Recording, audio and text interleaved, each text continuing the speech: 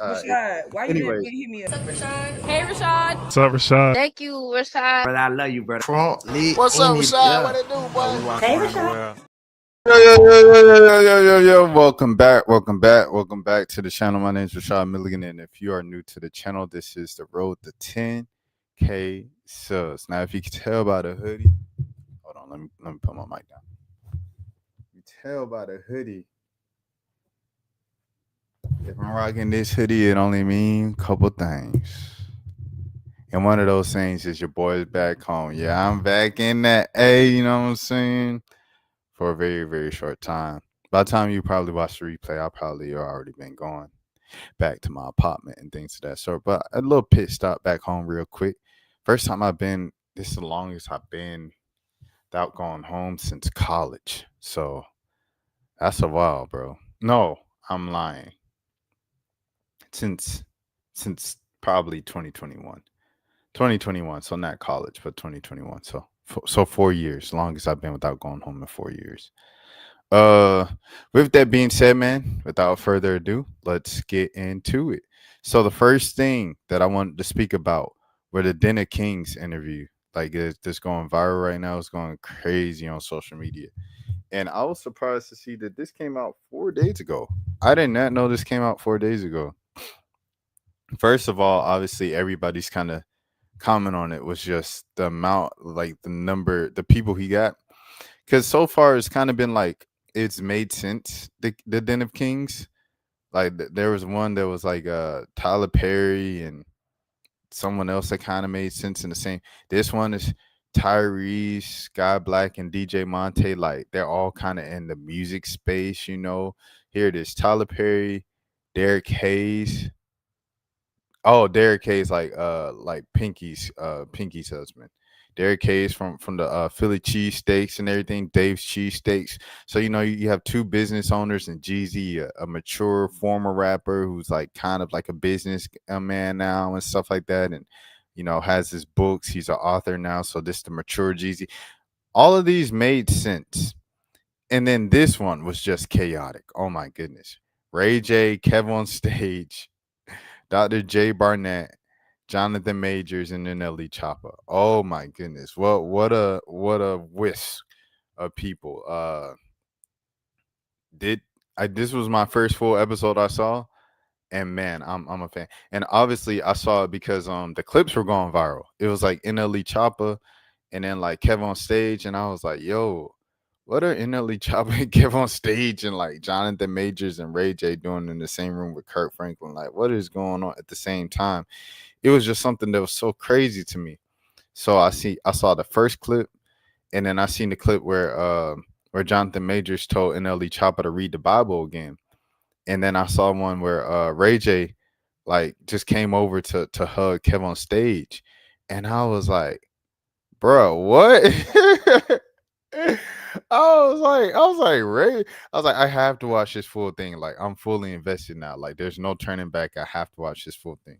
So, with that being said, I went to watch it, and I was surprised to see this morning that this was 4 days ago, but people just started talking about it yesterday.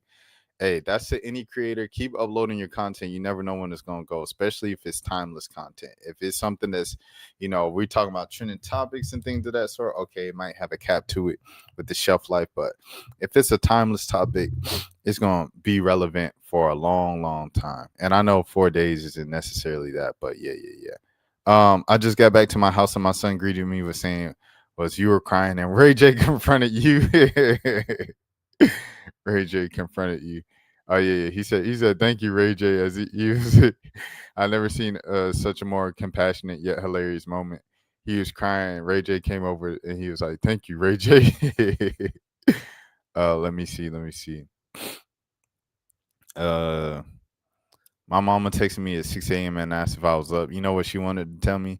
She won Person of the Year at church. Shout out my mom, dog. She was talking like she had won an Emmy. I need to learn how to control my face. This is when NLE Chopper was talking, bro. We'd appreciate it if you didn't. These are classic moments right here. But you know these memes. Thank you, Kev. Hold on. Thank you, Ray J. Thank you, Ray J. Is hilarious, bro. I've seen enough. Give Bijan the MVP. This is how you market a Patreon. The truth about my argument with Queen Flip. Oh yeah. That's good. I made it to Dress Rosa. What is this? Oh, One Piece. Where's?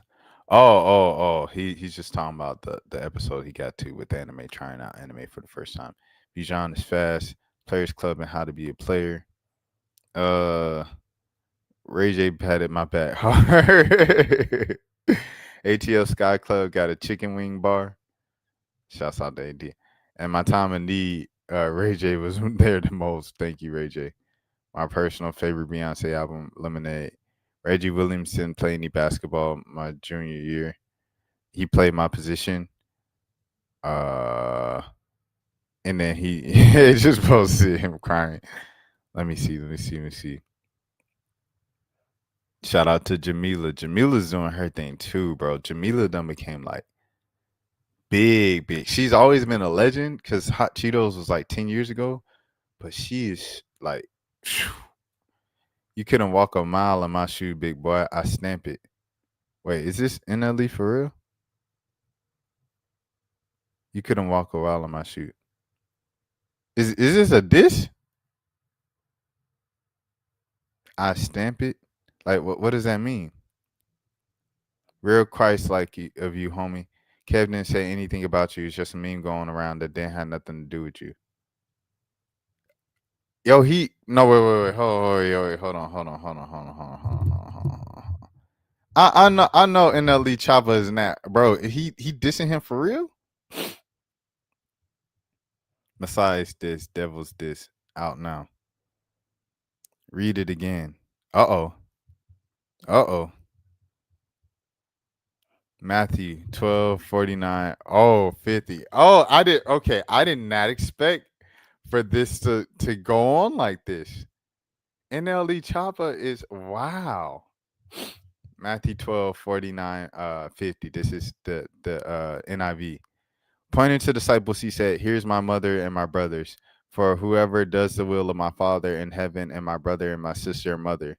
This moment redefines family, showing that spiritual kinship, doing God's will, is greater than biological ties. So this is the interpretation. John 20:17 NIV, Jesus said, oh, when he said, oh, this is a diss to Jonathan Majors because Jonathan Majors told him to read the Bible again. Yo, it's getting NLE Chopper beefing with Jonathan Majors. He beefing with Jonathan Majors and Kev on stage. It's crazy. Yo. John 20:17. Jesus said, "Do not hold on to me, for I have not yet ascended to the Father. Go instead to my brothers and tell them, I am ascending to my Father and your Father, to my God and your God." After his resurrection, he explicitly calls the disciples brothers for the first time, marking their new status as their cohorts and members of God's family. Hebrews 2:11 NIV expand this idea, quote unquote. Both the one who makes people holy and those who are made holy are the same family. So Jesus is not ashamed to call them brothers and sisters. Together, these verses reveal that Jesus wasn't speaking metaphorically. He was announcing a new spiritual reality. Through him, believers share his relationship with the Father. But he is the Father, though. Like it's the Holy Trinity. That's the whole point of it. Is that Jesus came down.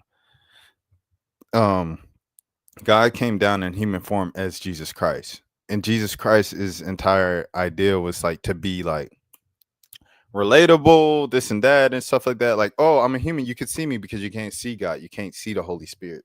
Right. So that's what Jesus cried. You know what I'm saying? Like Jesus was, you know what I'm saying? All the things that humans go through, bro, pretty much as close as you can to humans was Jesus Christ. So I don't think Jesus was people's brother to, you know what I'm saying, downplay who he was. Like, you know, I mean, to show, bro, you just like me. Like, he did it in a humble way of like, you just like me. You know how you know someone who is rich or someone who is like popping and stuff like that, and then like you're like, man, bro, you just got shouted out by who's a big billionaire that isn't controversial right now? Because I was about to say Tyler Perry, that's controversial. Then Diddy, that's controversial. Kanye is controversial. Uh, Robert Smith. Robert Smith just shouted you out as the top 10, rising black entrepreneurs in America and things of that sort, right? And you like, dang, man. Well, man, I'm just like you. I put on my pants just like you. You know what I'm saying? You doing the whole humble thing and stuff like that when someone's like big up in you on something big that happened. Like that's literally kind of like the entire idea of Jesus. Of like, is this big deal? Like Jesus just happens to be the richest man in the world. You meet him, you like, yo, Forbes just named you the richest man in history of mankind. Like you performing miracles. You like, bro, like what you doing, bro? It's unreal. Like people just touch your cloth and like they be blind and then they don't be blind after they touch your cloth, bro. Like it's crazy, bro. Like you fed a whole village with 3 loaves of bread and 2 pieces of fish. Like it's crazy, bro. And you just like, man, I'm just like y'all, bro. Like chill. Don't gas me. Like that's the entire idea of Jesus. Like is to come down and be humble so people can feel more relatable to it and also believe because if you see you believe and that's the whole point of Jesus Christ.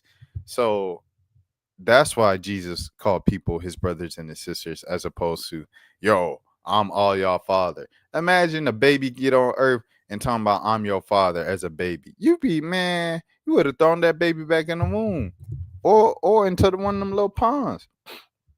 God reveals who he is through Jesus. Therefore, you can't go around Jesus to get to God. I am the way, the truth, and the life. No one comes to the Father except for through me.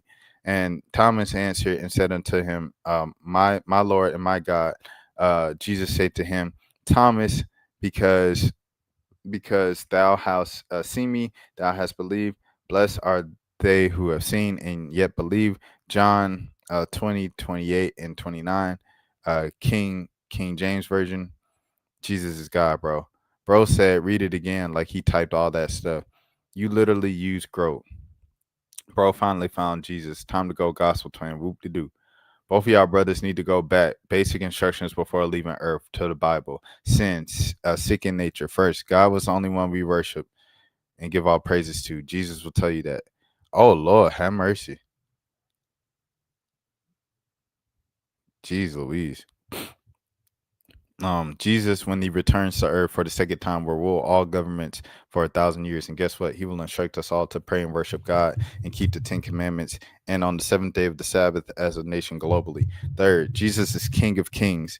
So bowing to a king is not the same as worshiping. It's a sign of respect. And if you really want to show respect, you bring gifts to a king. Like 3 wise men did baby Jesus. It was not Christmas. Jesus is a king. That's why he bowed and brought him gifts. 4. Yes, Jesus is our brother if you keep it in line. And they were all his children of the Most High Elohim, the Father and the Creator of all of those things. 5. So technically, they both need to humble themselves and go back to read the Bible, period. Mic drop. And then he dropped his SoundCloud. I feel it. That's a respectable SoundCloud promotion. That's respectable. Bruh. But this is crazy. NLE Chopper is dissing Kev on stage, bruh. Like this. I didn't plan for this. I literally just went on Kev's stage because he was tweeting a lot about his appearance. Kev on the inside. You keep out memeing yourself. That's so crazy, bruh. I'm in Virginia Highlands. Okay. Anyways. So we're gonna go back to this, right? And I'm gonna read the rest of my notes. I took notes on this because I watched it last night before I went to sleep. I forgot. I forgot NLE shot his shot once said Jonathan Major's wife. Like y'all remember that when NLE Chopper was on Jason Lee's show, The Hollywood Unlocked, and he like Jason Lee speakerphone Megan Good and he shot his shot, like he said what he said. What'd he say? He was like, Meg, I want to take you out on a date, and she's like, oh, you young, and he was like, man, I'm ready, this and that, woo woo. Like that was pretty crazy. I ain't gonna lie.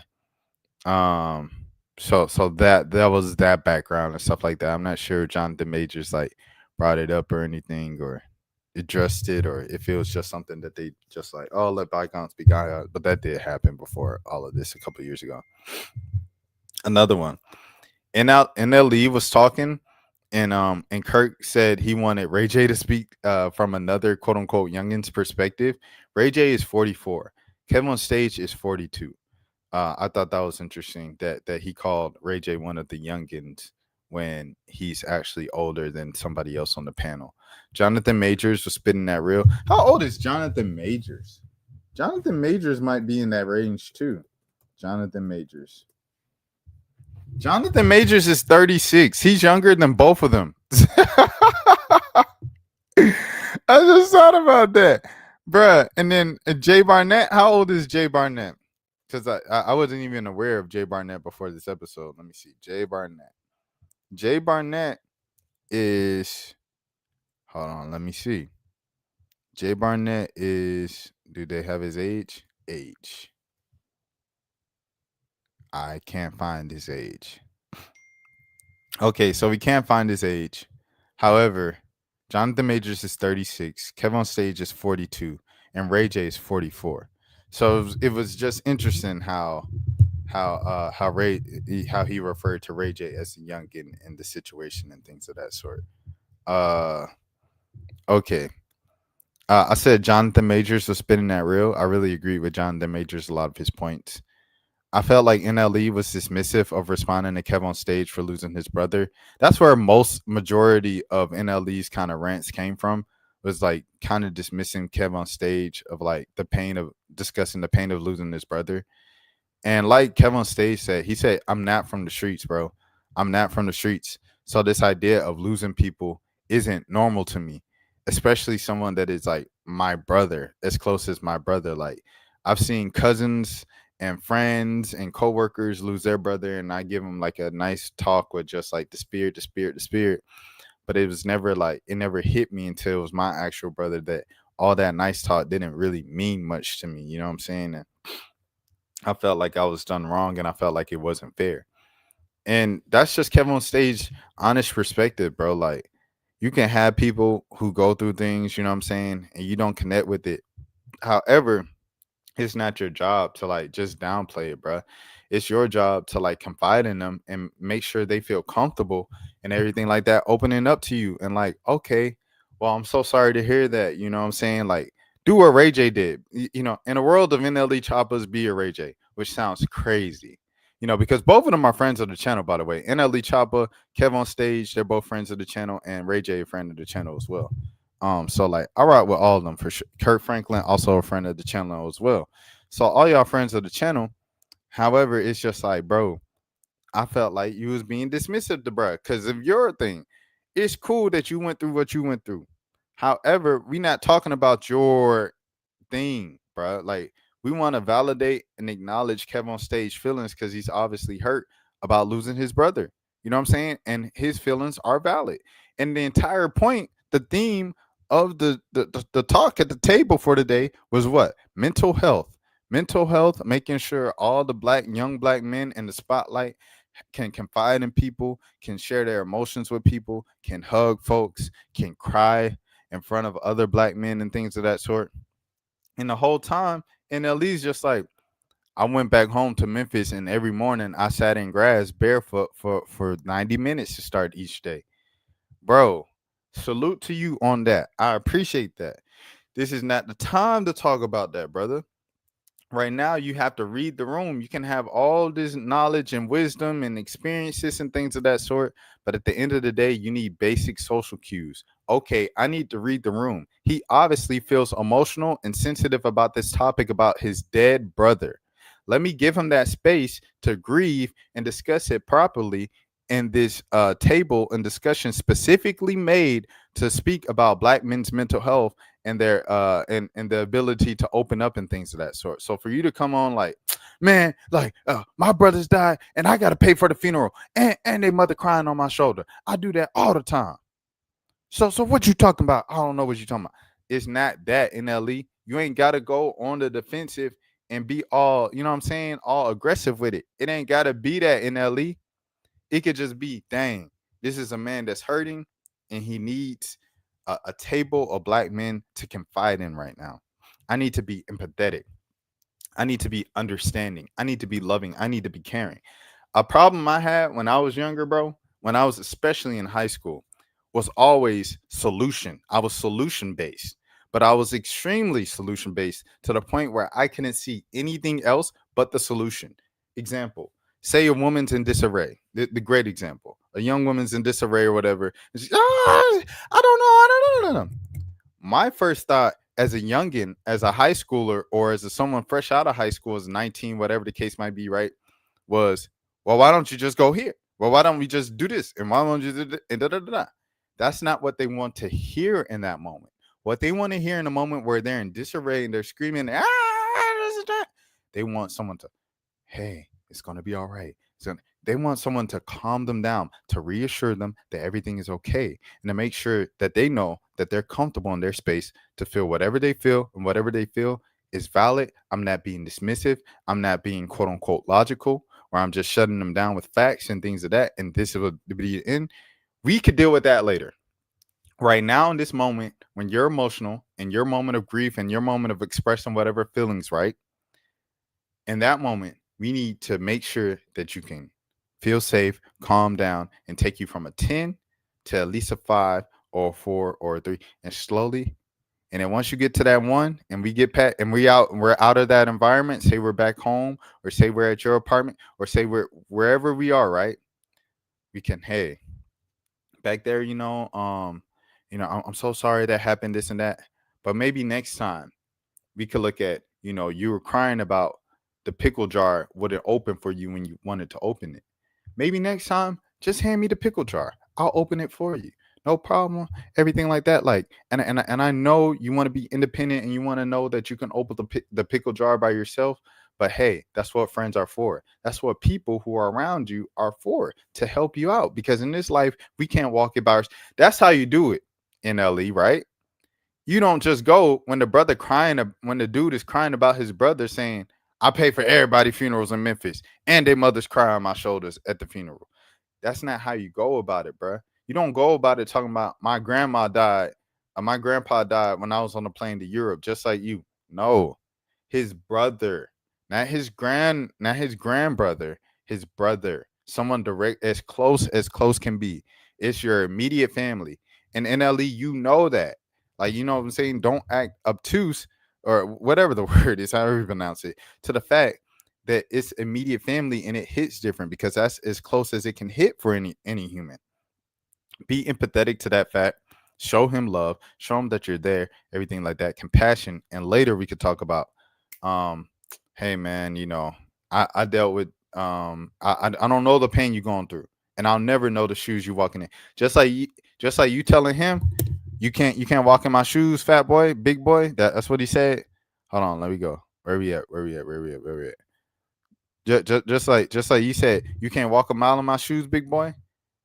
You can't. You gotta say, bruh, I don't know how it feels to be Kevin on stage, to run a production company, and come from the Christian, because the pressure that Kevin on stage is facing is specific to Kevin on stage.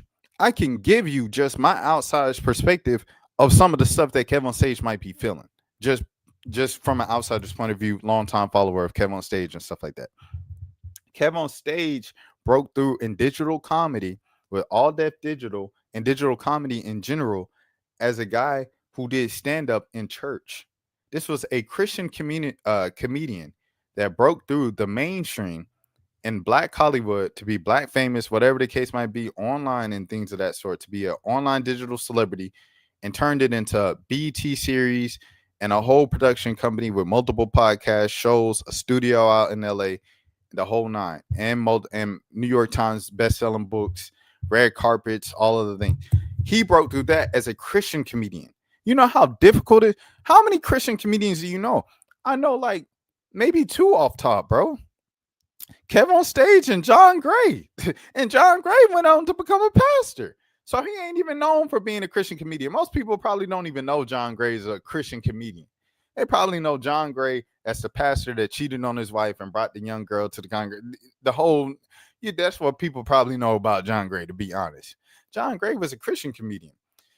Kevin on stage is seeing heights and levels as a Christian-based comedian, someone who started stand-up in the church, that no other comedian in modern Black day has ever seen. Yeah, Ricky Smiley tells a lot of churchy jokes and things of that sort. Ricky Smiley also cuss a billion times in his stand-up. Kev on stage still really does not cuss. He'll use the N-word, but he still does not really curse in his thing. Why is that such a big deal? Why is that pressure? Because when you come from the church is more judgmental, ironically, than anybody else in the world. I'll tell y'all this, and I don't know if it's gonna happen. It might happen, but I reached out to a Christian-based creator, right?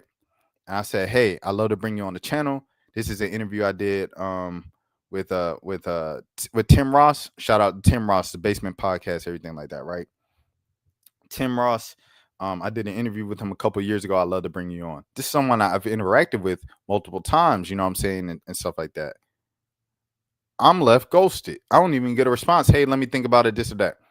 I get ghosted. And I think a large part of the reason why I'm ghosted and why I wasn't an immediate, like, I'll get back to you. I'm busy. Let's see if we could work something out, this and that. Woo, woo. It's because my content on this channel, even though I identify as a follower of Christ and Jesus Christ is my Lord, everything like that, a lot of my content on this channel is reacting to very vulgar, very just crazy stuff. And I think a judgmental Christian or someone like that might look at it like, oh, I don't want nothing to do with that. I don't want my brand affiliated anywhere near that, right? It's difficult to come up as a Christian person, bro, out the church, because Christians are going to judge each and every single and nitpick every single thing you do more than ever. Go to my comments on a Kurt Franklin video when Dietrich Haddon is complaining about BET only acknowledging Kurt Franklin year after year after year. In the comment section, it's some people that's like, oh, Kurt, he lukewarm. He the definition of lukewarm because he got songs with Glorilla and Kanye and Chance and all this. People go against Lecrae because Lecrae crossed over into the mainstream and he's still keeping his, he's still keeping his values. No cussing in his songs. It's still clean music. And a lot of them still center God. They're at the center of all of it is God, because Lecrae has Christ within him. You go to them comments. Why he got a song with Ty Dolla $ign? Don't he know Ty Dolla $ign smoke weed? Don't he and don't he know that he did this and he connected to Diddy and he Oh man. So for what Kev on stage is doing is something that's unseen for a Christian that came from the church doing stand-up in the space of comedy and has broken through the mainstream and is still pretty much kept his content for the most part family friendly, bro. And so the nitpicking that he's getting just from being affiliated, just for being at the same table as Jonathan Majors and then Ellie Choppa, I bet there's some people that just that's the everyday pressure that Kev on stage has to deal with as a man working in a secular entertainment space as a Christian with a church background, bro. That's the pressure that he has to deal with every day. So just like NLE saying you can't walk in my shoes, you can't walk in Kev on stage shoes. You can't deal with that type of judgment. NLE, you came and talked about I'm the light and the so-and-so. I have a direct connection to God. And then you go out there and say, the name of your song is Let Me Out. Like I don't even want to say the words and stuff like that because I'm in my mama house. But it'd be Let Me Out and Let Me Out too, all that. Man, you think someone who came from the church, who came from the CHH space could get on stage and dance around talking about, girl, is we ever know what? You can't do that if you was Kev on stage. You can't walk a mile in Kev on stage shoes in LE. So you have to understand and respect everybody's individual perspectives and life experiences and all of the things. You have to be empathetic. You have to, you know what I'm saying? If you are as connected to God as possible and you got the peace and you got and you so wise, you have to understand that NLE. And I rock with NLE. I rock with Kevin on stage. I rock with Kurt Franklin. They all friends of the channel. Ray J, they all friends of the channel once again. But that's just what it is, bro. And I felt like NLE missed that, bro.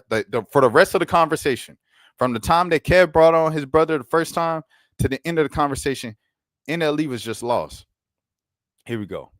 I made a joke. I said Jonathan Majors looks like he wants to hit NLE.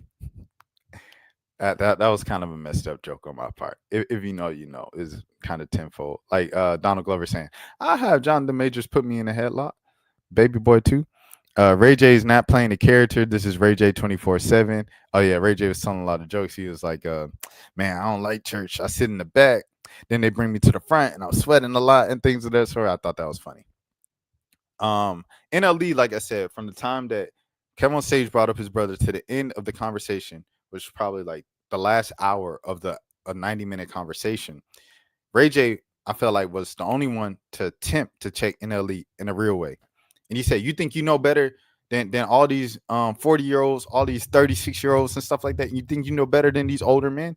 He said, yeah. He pretty much said, yeah, I can only teach what would have been taught to me.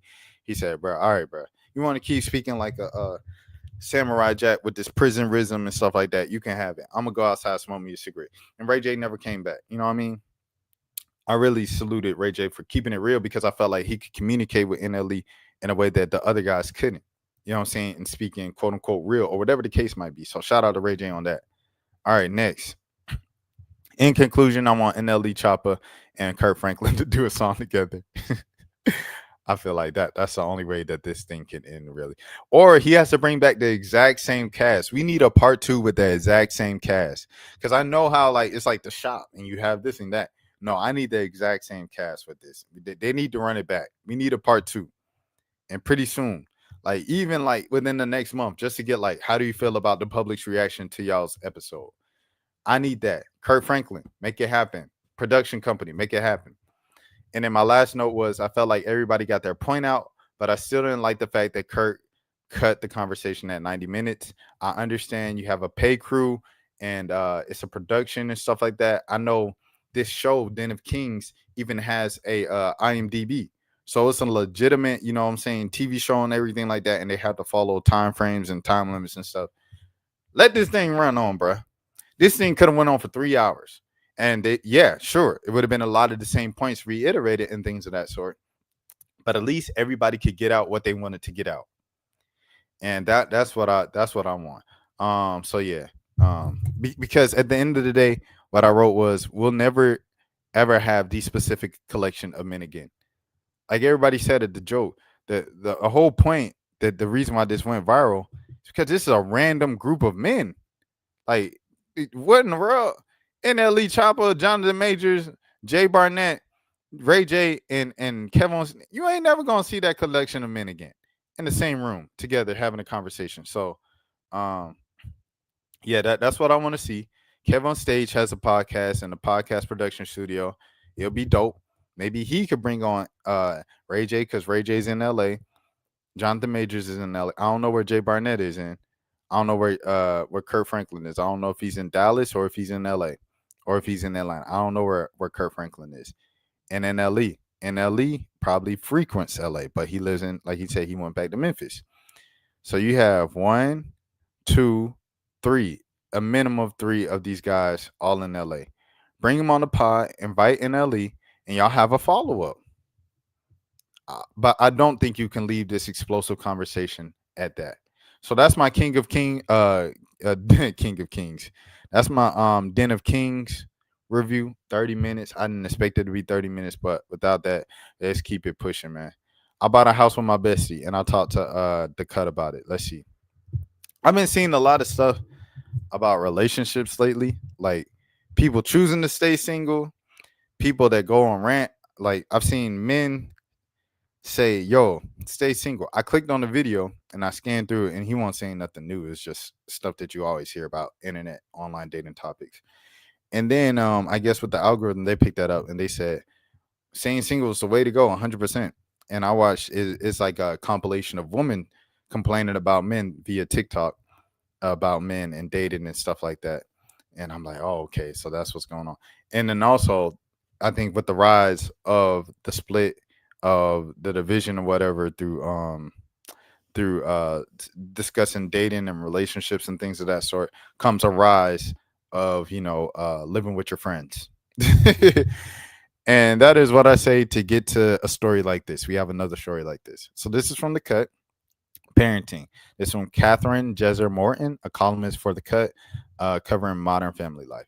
It's a feature of domestic happiness buying a house with their best friend. What a headline.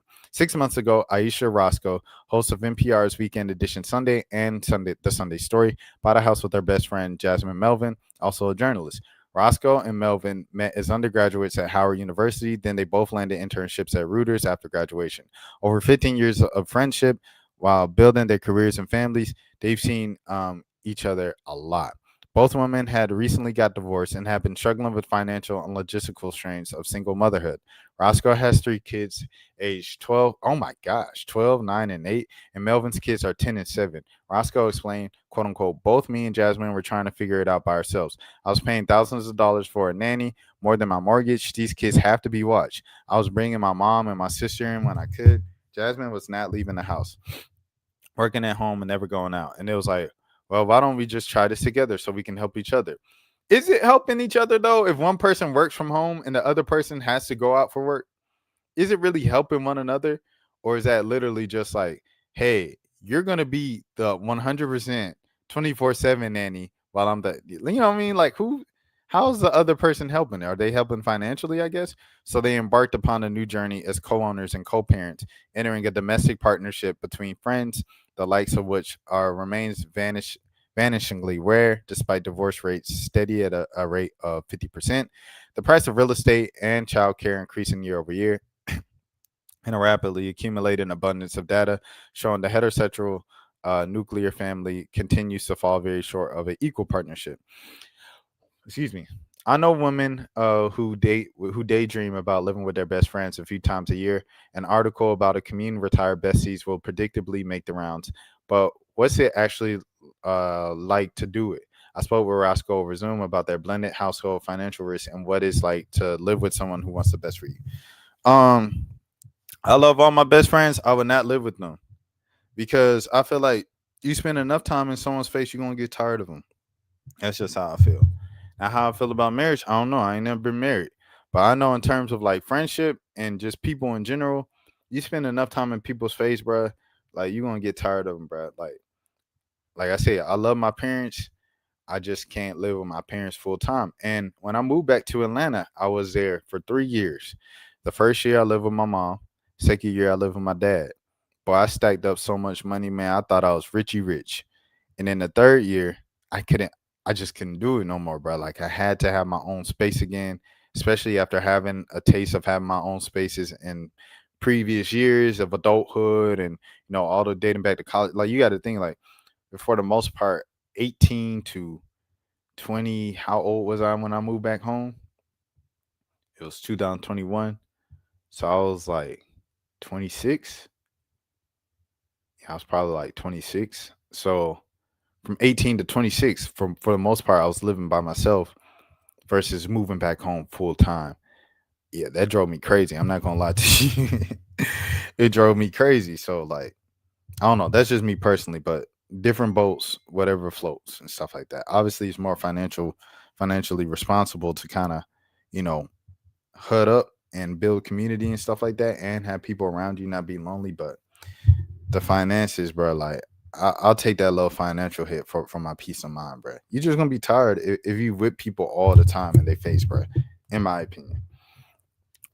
So 6 months in, how's it going? One difference that I noticed is Jasmine and I that I didn't have power struggles that exist in a lot of heterosexual relationships. I know we all pretend that since it's the 21st century, nobody thinks these things exist anymore, but there are expectations on women and men that I think they make cohabiting and trying to raise a family together difficult. I think still most men are not raised to cater to women and their careers, but many women learn instinctively to be so grateful. You can see a stay-at-home moms and where it's like, quote unquote, he pays for everything, so I do everything for him. As someone who was the main breadwinner, that was not my experience. These remains our breadwinners' double standard. Absolutely, you're expected to immediately come home as a mother. You could be interviewing the president, and it's like, why the house ain't clean? I will say my ex was extremely hands-on, but I don't think he can make sense of being a caregiver as a role that mattered as a man. I never stretched my legs. Oh Lord. With Jasmine, there isn't a romantic element of quote unquote, do you love me? Do you still care for me? We just divide up tasks, right? Jasmine doesn't want to cook, so I cook. She helps with homework. That's not my thing. She's more of a morning person, so she'll take them to school. I pick them up. She does the laundry. I do the groceries. Obviously, we're mindful of each other's means. Can you trust each other? We're pretty fair, even when you have to play it by ear sometimes. Yeah, it's like, girl, go do your thing. I'll stay here with the kids, and then tomorrow, let me go do my thing. I first heard about you and Jasmine talking about buying your house on Brown Ambition podcast, and something that you said stick with me. That you weren't especially interested in or motivated by making the perfect financial arrangement. Can you elaborate? This isn't a good setup. If you're the type of person who has to count for every dollar, say I don't get my full maximum investment out of this house. That's not something that really bothers me. I look at money as a way of, to get things that fulfill my life or help me. Even if I don't want to get all the money out of it, it's like, but I had this time and this house where I work for me, and that's what I really got for what I paid for, right? I paid for peace of mind and a home. You want a good investment, and I just feel like that's what I paid for. That's water under the bridge, and we're gonna keep it moving. Obviously, you have to be responsible about saving your retirement and all of that. But I'm willing to pay a cost to have the life that I want. That's more of how I want it versus am I going to get every single dollar back? I find it very interesting that you frame this choice as something that will last as long as it lasts. The fact that it might not last forever will not mean that it's failed as a plan.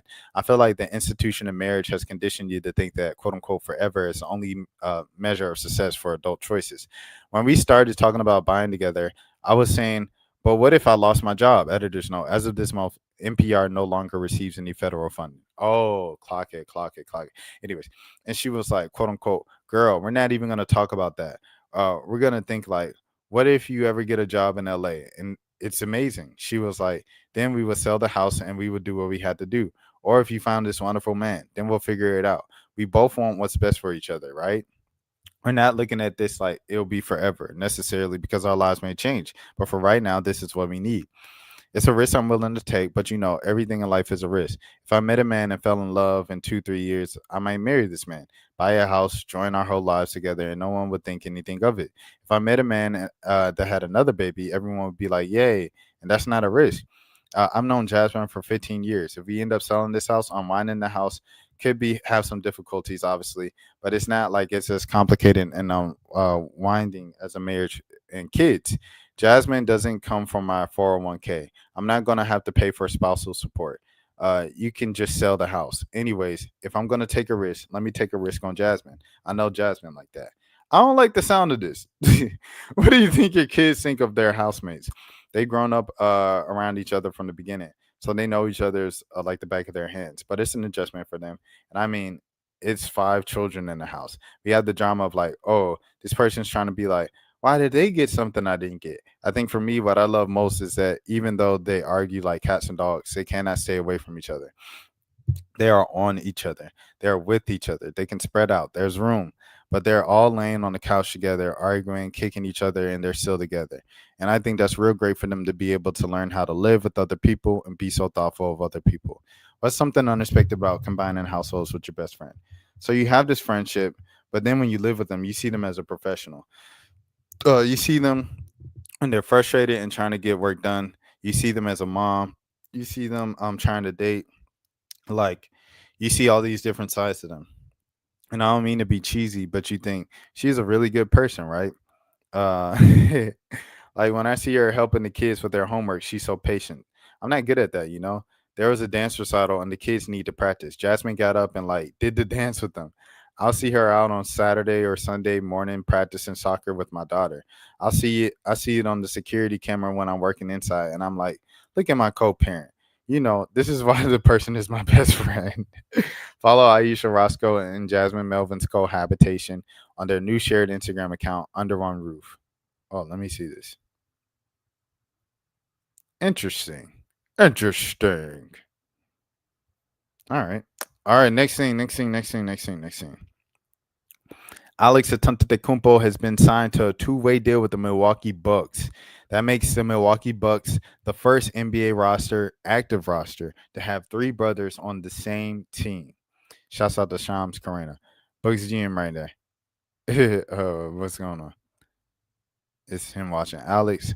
They really signed his bros whenever he thinks about leaving. A player they chose over the news. Next, they got to sign former champion Kosis. Yo, they ain't even signed Kosis. Bro, that's like they about to sign this whole family. But Bron can't have one Bronny while other dudes can bring their whole bloodline. Facts. Facts. Speak on it. I mean, this is kind of true, but if the Bucks do, Giannis is the Bucks GOAT, so I can't blame them for that. And Bron is Bron, bro. 8 million vet minimum in a 2-way. Let's keep it up. It's easy. Keep up. It's easy. But he is a 2-way though. No. Bronny ain't a 2-way. He does have the 8 million. Keep it up because Bronny made 1 mil last year. 2 roster spots versus 1. Keep up. It's easy. Vet minimum is 2.9 while Bronny is making less than 2 million. Keep up. It's easy. Still a roster spot. Bronny is way more talented. I mean, LeBron is only saying this because they'll draft his other son. This is basically the same thing. He worked his way up. Bronny should be in college, and Thanasis gets made fun of more than any other player. It doesn't matter. Like, who's better right now, Bronny or Thanasis? We don't know, bro. We don't know. Has Thanasis ever scored 17? Let me see. Thanasis NBA career high. Now I want to think about this. All right, hold on. Let me go. Career high. 27 points. Yikes. And he had 23 before. Yeah, I ain't gonna lie. The Nationals got some games now. See, look, I ain't expect that. I ain't gonna lie. I'm sorry, the Nationals. Golly. And I ain't gonna lie. They signing his wife and kids next. That's funny. The Milwaukee Antetokounmpos. Very cool. The Bucks about to sign all of Giannis' babies. Please don't leave Giannis. Not facts. I feel it. The NBA needs the Nepo Cup, LeBron, Bronny, and Bryce versus Antetokounmpo and the Antetokounmpos in the 3v3. If they manage to get closest to laughing emoji, yeah. All right, let me see. Marcus Spears' son is good because you saw this with the Kevin on Stage page. But Aisha Spears, drafted 7th overall in the 2003 WNBA draft. Let me reshare this. Give me a second, y'all. Let me reshare this. Aisha Spears. Now, who's Aisha? Is that his mom? Let me see. Aisha Spears. Yeah, that's his mom. And their daughter. Oh yeah, I forgot about their daughter. Their daughter was like a national champion with Texas in volleyball. Former WNBA player. Let me see her pro reference. Because now I want to know now. Pro reference. Where's she from? Is she from Louisiana? Oh, they don't even have that up here. Pro reference.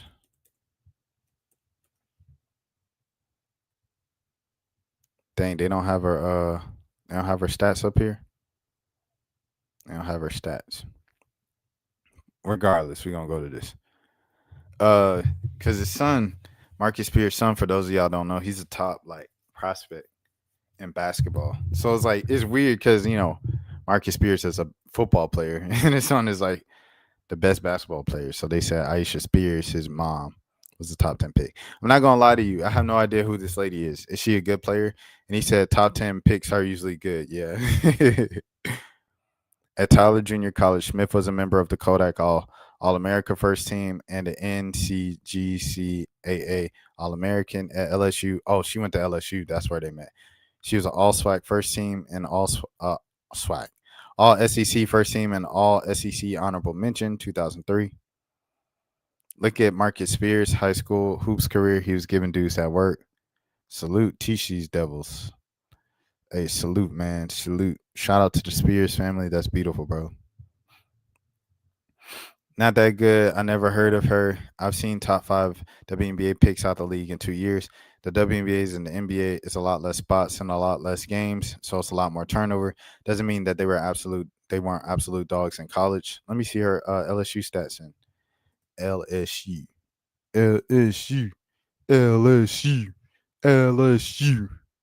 I like when they do that LSU thing. Success runs in the Spears family. That's fire. That's fire, bro.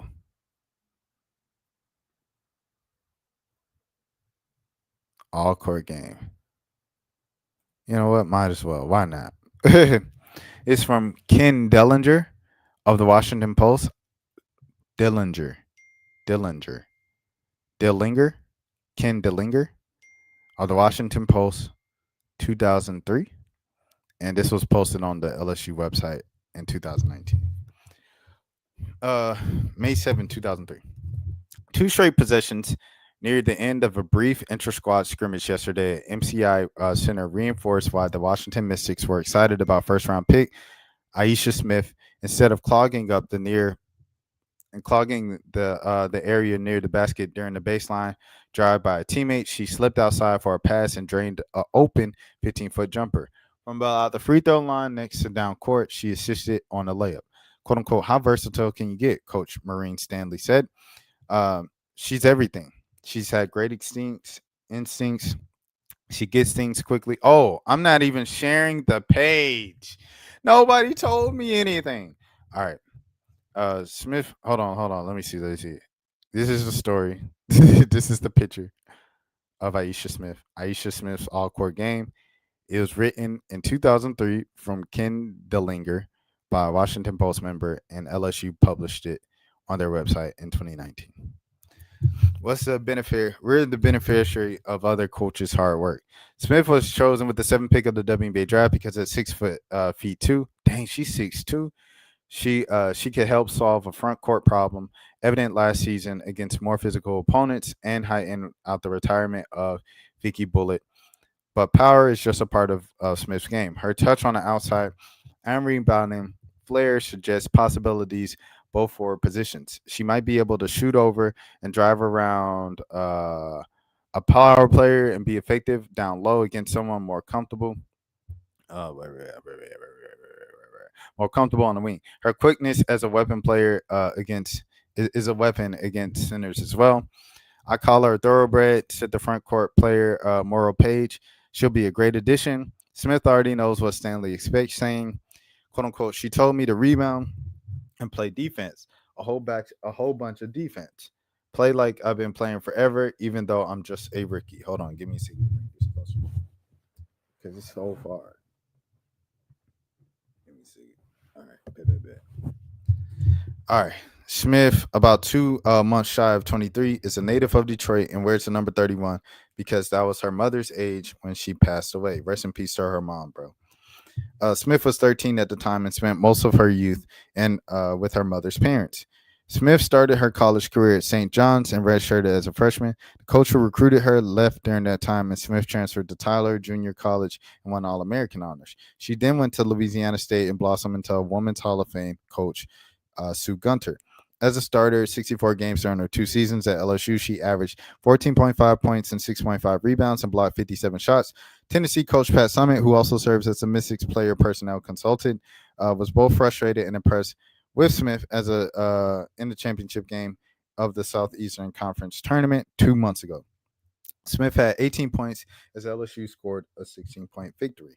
Dang. Smith and the Mystics said her transition has gone as well as expected. She's got big guys right now, said guard Stacey Dale Schumann. It's great when players come in and have big eyes because that means when they're ready to learn. She has a great attitude. She's very positive. If Smith was overwhelmed by stepping up to the next level, she would appear to already have a strong support system with her new teammates. "Quote unquote, I might get frustrated missing the shot, but they'll say, it's okay. Keep your head up. Keep your confidence," Smith said. Smith hardly is a glib in the public so far, but apparently has a long distance chatathons with friends, quote unquote. The only reason she doesn't take a phone on the court, said the smiling Jenny Moe, acquired in the recent Desperial draft, quote unquote, is because Coach Stanley doesn't allow it. Mo then went on to mock a conversation of Smith and her boyfriend, complete with the soft coos, and Smith is filled with embarrassment. Smith says she's impressed with the size and speed of the pro game and went down hard late in practice yesterday and accidentally being struck in the eye with the elbow of a 6'5", 236-pound Mo. She recovered after several seconds on the floor and continued to scrimmage, quote unquote. She's been busted in the chops before, Stanley said. No big deal. I like those kind of players. Yesterday afternoon, she had an ice pack on her knee and sat out the evening scrimmage against Marymount's men's team. But Stanley and Smith seemed to brush off the injury, quote unquote. I'll be back practicing today. And there it is. W Aisha Smith. W Mark Aisha Smith, but now Aisha Spears. W Aisha Spears. Oh, look at look at Simone the Cousins in the background. Yeah. Yeah, shout out to Aisha Spears, bro. Shout out to Marcus Spears and shout out to the his son, bro. What's his son's name? And the daughter. Hold on, let me see. Marcus Spears. What's his son name? He only 42. Bro, they be having these kids young. Marcus Spears Jr. Dang, Marcus Spears Jr. This man is a 5-star. But dang, he a 5-star, bro.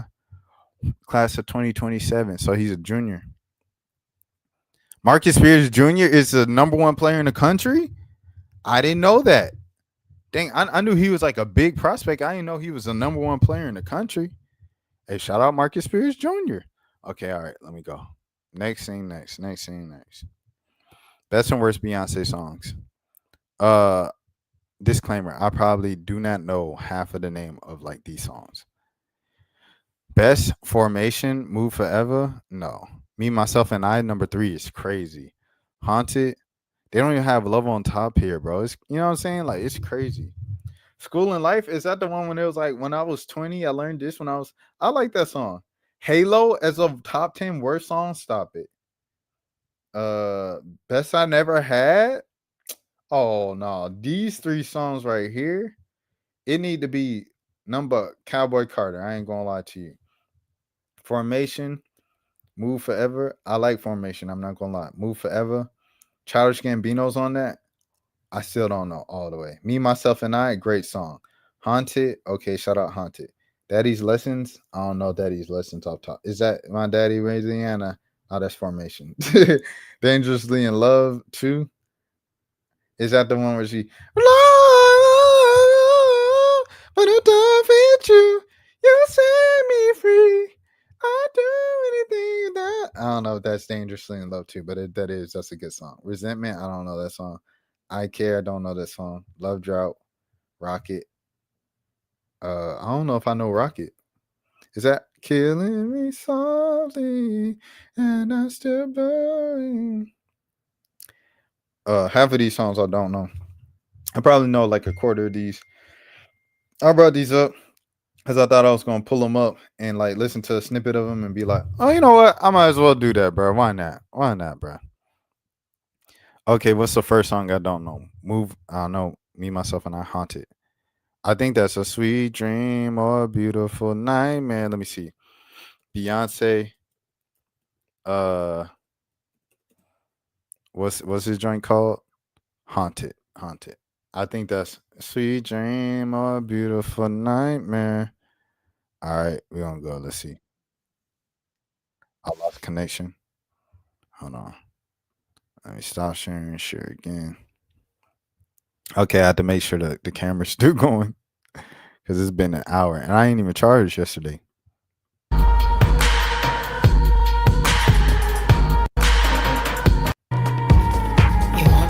Don't know this song. Do not know that song. Daddy's Lesson. Daddy's Lesson.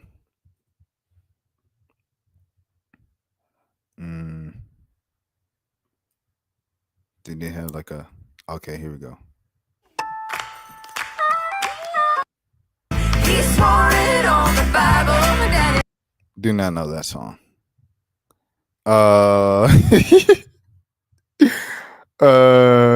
Dangerously in Love too. I think that's the one I know. You set me free. Dangerously in Love is there too.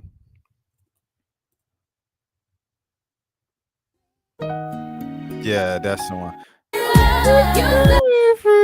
Okay, cool. All right, Resentment is another one I do not know. Hold on. Copyright. Resentment.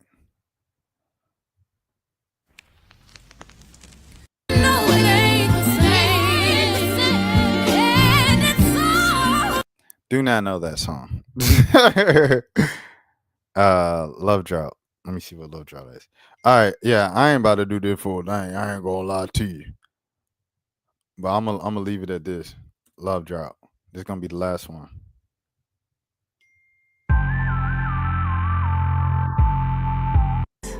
But 10 times out of 9, I'm only human. I do think I know that song. Obviously, I listened to the full Lemonade. I listened to a lot of these full albums. I just don't remember the songs. All right. What else? Next. XXL and Wale are going back and forth. Wale said, all good press, but this track list is not the track list. Why would I put out the track list the day I announced the album? LMAO. Everything is artificial. EIA. And then they said, we're looking forward to the album. Your publicist sent us the track list directly to share the album announcement and the quote we included today. That's where we got it from. Oh, this is real messy. They said, talk to your team. Oh, dang. Oh, all together. Fired. To be fair, this is good publicity too. Facts, because now people know that Wale's got a joint. Wale's got an album coming out. We probably wouldn't have known if they just released the album track list and he never responded. Shout out Wale. Y'all get that new album when it come out. Tyler the Creator. Dang. Is that it? The camera out? The camera gone? The camera might be done, bro. All right. So with the camera being done, let me go now to the dang webcam. All right, we doing webcam for the rest of the time, man. Let me make sure the mic is still working. The beat go off, up, and then my heat go off. They like to do that sneaky talk. All right, anyways, Tyler Creator, bro. Let me hurry up, bruh.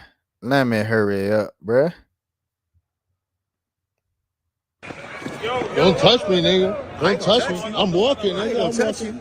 I'm walking. I ain't gonna touch you, nigga. Then go away. Niggas ain't gonna jump on him. Relax. It's just a video, damn. Don't touch me. Yeah, if you touch me, I won't touch you. It's just a video. I'm from LA, homie. I'm from New York. Yeah, Yeah, you good? You got that? Wait, don't do that. Don't do that. it's not that serious. It's just Tyler, nigga. That nigga ain't worth nothing. He ain't worth nothing. Then why you following him? That don't even make sense. Oh, suck my dick, boy. Don't touch me. So then Don't touch me. Don't touch me, boy. None of that, bro. Bro, eat a fucking. What you gonna do? Pay for your lawsuits, bro. I'm loaded, bro. I'm with all that. And Oh, put it on word? the internet too. I appreciate you, bro. Calm that down. Be respectful. What you gonna do, Joe? I ain't gonna jump on you. Bro, I ain't jumping on you. Relax, nigga ain't jumping on you. Because if I say go, he will go. If I say go, he'll go. You a goofy ass nigga. Tyler, you went to your concert, bro. Hey, you all good, bro. You all good in my book. Yeah, you just acting scary. You acting scary for no reason, boy. Ain't even like that. It's all love, Tyler. Love you, man. Hey, love y'all, bro. Be cool, brother. He still said love y'all. That's crazy, bro. Leave that man alone, bro. Like he following him and saying he not a big deal. No cameras out, please. I want to eat him. Y'all wasn't there from our future days in the shows. Tyler's with it, especially to the people that be around trying to tell his dog go. It's on site. No cameras out. I hate these type of dudes. Grown following a celeb just to call him broken scary. Like, bro, go home to your kids and responsibilities. He trying to make money off it. Respect celebrity space, man. The person following Tyler is a weirdo, not a representative of how we are in New York. Tyler funny for this. He don't want anyone to see him with his boyfriend. This is embarrassing. Why are people so disrespectful? Like, I don't want to be followed by randos anywhere. Roro low key on Taste the Rainbow. He won't do nothing. Not in the middle of NYC all talk. Rat cat. Who they talking about? Tyler Creator? Yeah, he said I ain't gonna do nothing. He said my security guards are gonna do something. What are we talking about? This is how I found out Tyler gay. Oh, that's funny. You are not entitled to following people and recording them. Paparazzi are scum. So if you think so, you aren't entitled, but it's not illegal because it's in a public space. But he said, bro, leave him alone. Just leave him alone. Like you could have got in your 30 seconds, put the phone down. Yo, actually, the bodyguard has a new meta for paparazzi. Anyone sign a flashlight at the recorder? Yeah, facts. I like the flashlight. The excuse that someone is favored so they can just be accept this is messed up, weird behavior. This dude does not need nobody following him around with the a camera talking stuff like this is not normal. I don't care how much a celebrity and fame is normalized. It's weird. That dude ain't worth nothing. And he's the same grown man that proceeds to record and follow him. He's dumb. Facts. Oh, wait. This is what the culture feeling. All right. Next. Shout out to T. Keep your head down, my brother. My Atlanta brother, adopted Atlanta. Steven Jackson. Bro. You get loud and all in your feelings about Braun. When Braun, he talking to a black billionaire, but when he talking to a white billionaire, you humble. And you come back on your show talking real respectful, mild manner. Man, hey, bro, listen, bro. You dogging the black women. Side note, Brian doing like regular kind of podcasts and talk shows now, where he went on Kais and that. He did the podcast with the Travis Kelce and them and everything like that. And he ignored all the smoke when they've been begging for him since then Kobe went on. Rest in peace, Kobe. Is insane. Like, bro, let's stay out of politics and stick to talking about sports you never played. All right? Let's stick to doing that, bro. We not gonna vote for you. You can't say sports he never played when he played college basketball, bro. If you talk, I heard you talking about running. You don't do that, bro. We not gonna vote for you. No, we're not. But check this out, bro. Stop, bro. Okay, you do not have the same energy for other people, but you got a lot of energy for Braun and black women and not everybody else. Well, stop it. Come on, Stephen A. He might have a point. He might be cooking some. And that's not just Stephen A. That's a lot of folks. If you know, you know. Young Thug said he was thankful to go to jail. Young Thug was in Atlanta this weekend. He went to Georgia State homecoming. Shouts out to State. Go Thurs. Hey, like I said, I become a billionaire, bro. One of the only reasons why I will ever want to become a billionaire in this lifetime is now because of the NIL era. And my number one priority in becoming a billionaire is to get Georgia State athletics back on the track to excellence. I felt like we were a respectable mid-major before NIL. NIL comes with the transfer portal, boy, we are cooked. Anybody relatively good, they leave for a bigger school to get more money. Then they go to pros. Then it's like, dang, Georgia State don't get none of that credit. Then, you know what I'm saying? What else with NIL? Like, they can just outbid a recruit for us. If I become a billionaire and I have no other desire than for the discrete reason to make Georgia State a competitive and respectful athletic program. And you might be like, Rashad, there's so many more things on this earth that are important than Georgia State. Yeah, but I like Georgia State athletics. I want to see Georgia State athletics do well. Is that a crime? Young Thug. I'm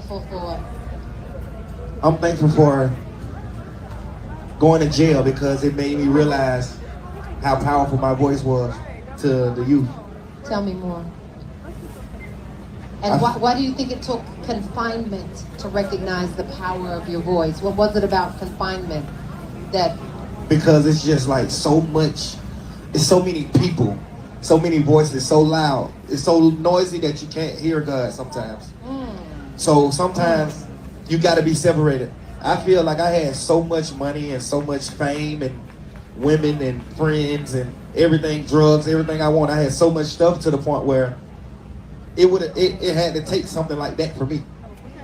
I can't just sit and just be like, oh wow, I get it. Okay, daughter, I'm listening now. Yeah, I think it got to be like total confinement. You don't know where your life is headed.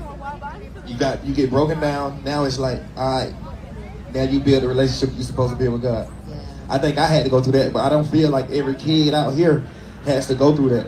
And that's why you got people like me and people like her just talking and telling you better ways to go. Don't go the wrong way because it's not as simple as it seems. It's simple to do something bad, but it's very, very difficult to come out of it. You got to come out of it lawfully, and you got to come out of it spiritually. You know, you don't want to get on the law bad side, and you definitely don't want to get on God bad side. You know? When things are hard, I see. All right, next. McQueen calls out Dub again. So now we at the streamer stuff. Get well soon, Dub, and go watch motherfucking McQueen and then be depressed as hell, nigga.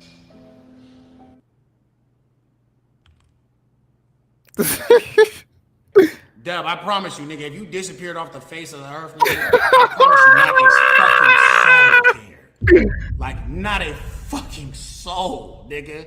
I swear to God, nigga, you are the biggest waste of fucking I have ever fucking seen, Dub.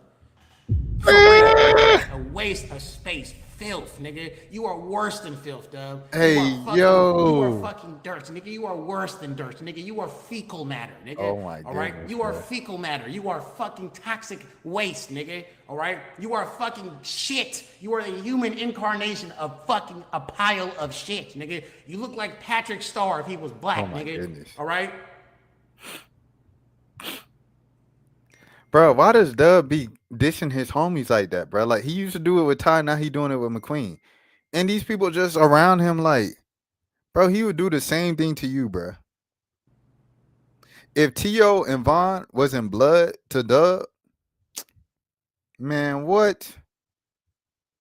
Man, what? If T.O. and Von was in blood to Dub, when T.O. did his little hiatus, and Von did his hiatus, they would, they fell off. They ain't funny no more. It would have been the same thing. Like the biggest waste of space. You are a disgrace to black people. You are a disgrace to our entire race, my nigga. Oh, that's crazy. And I cannot wait to press your ass. Uh-oh. I want to see if all this, it's just, I swear to God. I'm surprised Ty ain't press it more in person, bro. I'm surprised Ty ain't pressing more than he did. I cannot wait to press your ass, fool. I want to see if this going to be the same energy when I see you. Dub, I'm telling you, when I see you, I'm going to ask you for the fade. And it better be a yes. It better be a yes. I swear to God, it better be a yes, bro.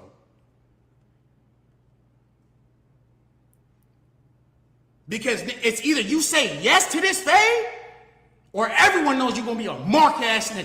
Dang. Everyone on the world gonna see that you were just a fat, mark-ass, buster-ass, bitch-ass nigga. He really West Coast. That's my whole mission. It's just to let the world know that you are a bitch-ass nigga. That's what I want everyone to see. He said y'all might live in LA, but I'm from LA.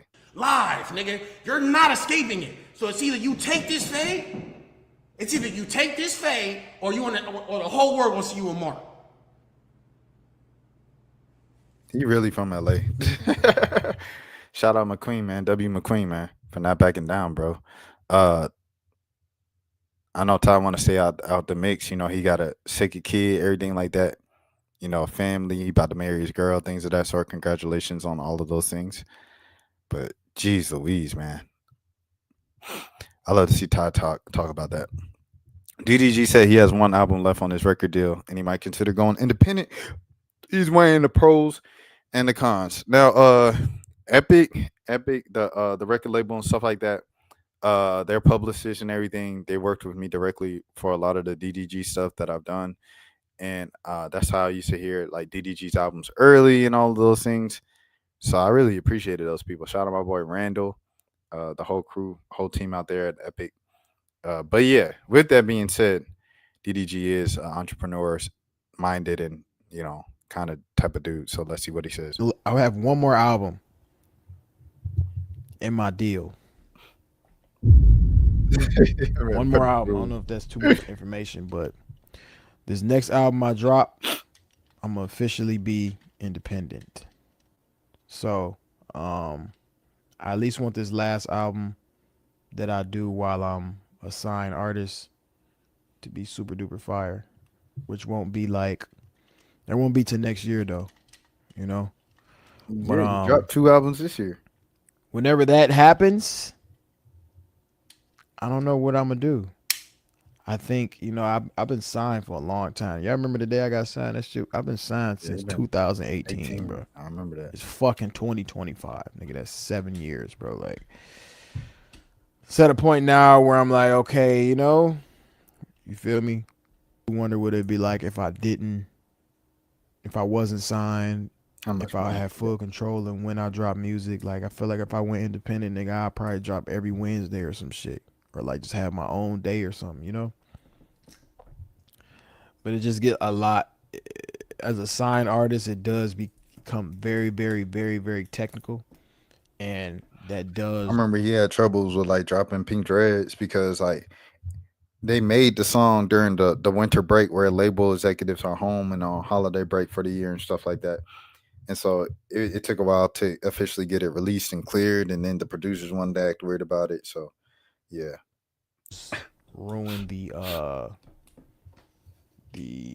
fun in the music. You feel me? So I don't know, but also being signed to a label come with like that machine and shit like that, and they get to push your shit. But at the end of the day, it's like I feel like we in a new era where it's like it ain't really that shit don't really matter.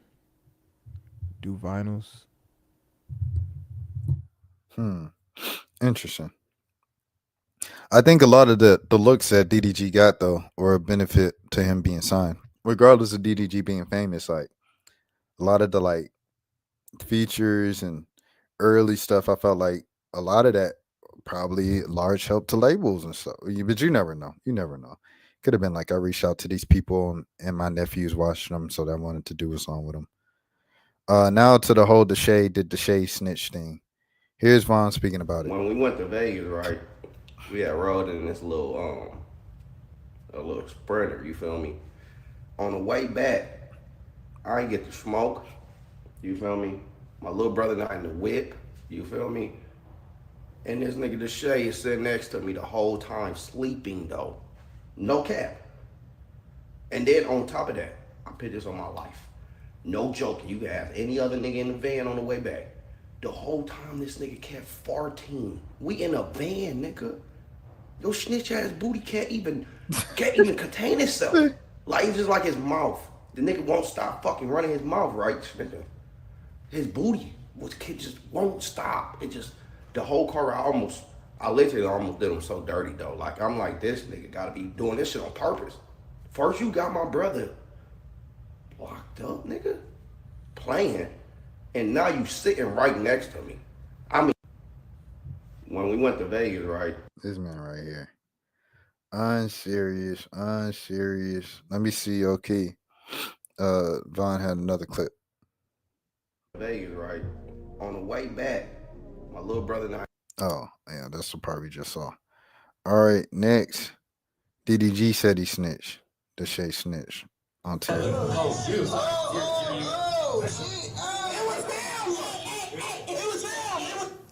That's low key crazy. Oh, Nah, that's crazy. oh, okay. I didn't register that Deshae did that. That's insane, bro. He did that on stream too. No shame in his game. That's crazy. No, that's crazy. And I know a part of it was doing it as a joke, but that's crazy, Deshae. I'm not gonna lie. Like that's your man's at the end of the day. Like this real life ramifications. Regardless if he just locked up for 2-3 days and paid a bail, then got court for it, then got to pay a ticket or whatever. Like that's crazy. That's crazy. I ain't know he snitched like that. What the fuck?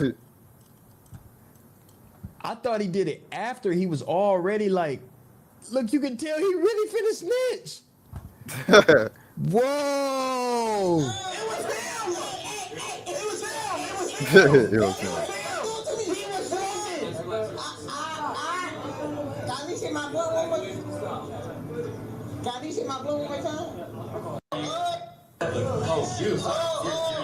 Yeah, that is crazy. I ain't gonna lie. That's crazy.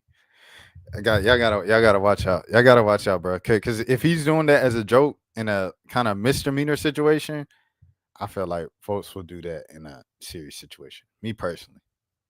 Am I gonna rat? Yes. Duh. Of course I'm gonna snitch.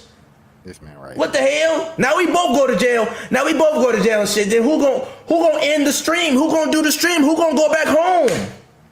Oh, that's crazy. That's crazy, bro. T.O. in there right now, chilling. Nah, that's crazy, bro.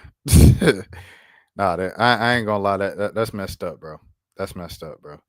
Almighty J reacts. He really think it's funny too. Free T.O.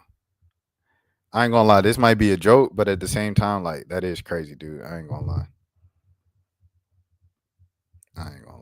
All right, hold on. Let me reshare, get the audio bit, things of that nature. All right. T.O. gets out. You said what? Welcome home, huh? No, I was just watching your clips, right? I got my phone charged. I was watching all your clips. How you pointing me out? No. You pointing me out this show. And then I see you on stream with some braids. No. Listen, brother. I always wanted you home, brother. I made the calls. You know what I'm saying? Then why when I asked to see? He's still trying to make jokes about it. It's crazy, bro. Yo, did anybody try to make bill for? So they said there's when you on stream, when you on the internet, you playing the character, right? We all play a character like the version of me online is not the real me. And the real me seeps through sometimes just because I'm online so much and I stream so much. But the real me, I'm really just like, you know what I'm saying? Like, I guess a pretty boring person or whatever, right? And you know, so you do whatever for the stream or the internet, this going rants and stuff. I'd just be chilling for real. But like, at what point do you become the character? Because I remember when I first started doing reactions, I used to be in regular conversation and just like start like yelling kind of like when I had a point that I want, instead of just like monotone, like I'm usually so monotone people complain about it. But I was just yeah. I'm like yelling and stuff in regular conversation. It's because I was jumping around in my free time reacting to basketball highlights.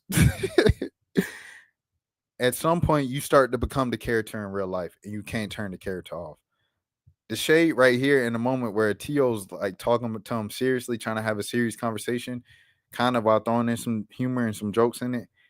The shade literally cannot be serious because he's on stream. And that's the issue. Me, they said no. They said no. They trying to make fucking bill for me. Shay, you lied to me. You said you was gonna bail me out. I seen the clips. You pointed at me. I didn't know you pointed at me. Nigga, I didn't smoke in 18 hours. 18 hours, boy. It's okay. I'm gonna find my way home. I'm gonna see you in a little bit, Deshae. I'm gonna see you in a little bit. I'm gonna see you in a little bit. You little fucker. All right. They for sure acting with him wearing the orange jumpsuit and stuff like that. But that is crazy though. That's still crazy. I ain't gonna lie. That's still crazy. All right, and then he confronts the shade face to face. Bite the cheese, then I'll listen to you. Hold on. Bite the cheese, then I'll listen to you. Oh. I bet the cheese. Y'all thought I was coming alone, huh? I came with one extra person. Batman! No! Batman! Where you at, Batman? No! No! Fuck! No! No! Batman! No! Please! Batman, please. Hands, Batman. Batman in here, what's going on? Batman don't like that. Feed that nigga the cheese!